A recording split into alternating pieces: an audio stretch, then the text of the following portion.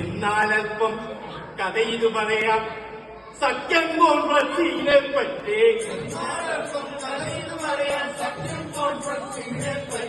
22ാം യുവജന സഖ്യം പാർലമെന്റ് ബാങ്കിന് സജ്ജമായി. ലീഡേഴ്സെല്ലാം വന്നെത്തിയെ എന്റെ കാലം സജ്ജമായി. കേരളമെന്ന നാട്ടിൽ നിന്നും ചാമച്ചേരെ എത്തിച്ചല്ലോ. രജിസ്റ്റർ ചെയ്തതോ 400 പേര്. ഇവിടെ വന്നതോ 200 മാത്രം.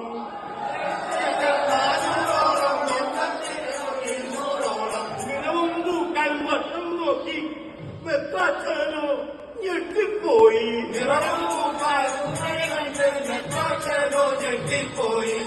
എവിടെ നമ്മുടെ യുവജനങ്ങൾ? എവിടെ നമ്മുടെ യുവജനങ്ങൾ സോഷ്യൽ മീഡിയ കുറിച്ചിരിക്കുന്നു? നിലവിൽ നിറഞ്ഞ സാന്നിധ്യത്താൽ കോൺഗ്രസ് അങ്ങനെ ആഘോഷമാക്കി. ഓരോ ദിവസത്തെ ഫുഡുകൾ കഴിച്ച്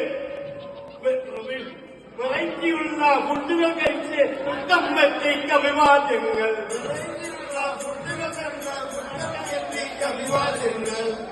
ശ്യാമച്ചന്റെ പ്രസംഗം കേട്ട് കുടീരമെല്ലാം കൂടാരമാക്കാം. എത്രയും വേഗം നമ്മുടെ വീടുകൾ സ്വർഗത്തിന്റെ അനുഭവമാക്കാം. വിനോദിചേട്ടന്റെ വാക്കുകൾ കേട്ട് ആളുകളെല്ലാം ന്യൂവായി. ഇന്ന് തുടങ്ങി നമുക്കെല്ലാം ഫേസ്ബുക്ക് മാറ്റി ഇൻസ്റ്റയിൽ പോകാം. ചർച്ചകളൊന്നും ചർച്ചിൽ വേണ്ട, കടുവയെ തേടി കാട്ടിൽ പോകാം.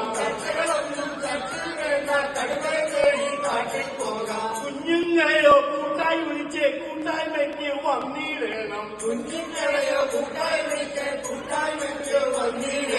വിശ്വാസത്തിൽ ഓടിയിടുമ്പോൾ രക്ഷയും അങ്ങനെ വിളിച്ചിടുന്നു.